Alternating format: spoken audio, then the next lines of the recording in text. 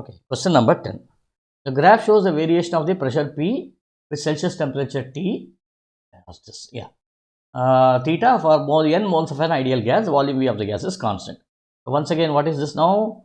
This volume of the gas is constant and is being given over here. What is nR by V for the gas? Now what we will do is we will use PV is equal to nRT. See, because P is proportional to temperature over here. Only thing is here temperature is in terms of degree Celsius, but actually it should be in Kelvin. So what I will do is I can now write this as nR into 273 plus theta.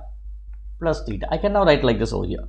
Okay, this theta is equal to 27. So I can now write this as nR into 273 plus 30 should be 300 for this particular value over here.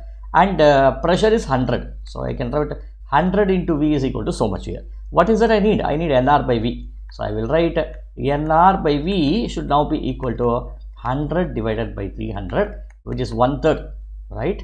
So which is 1/3, which is equal to 0.33. So the answer is B over here. Okay.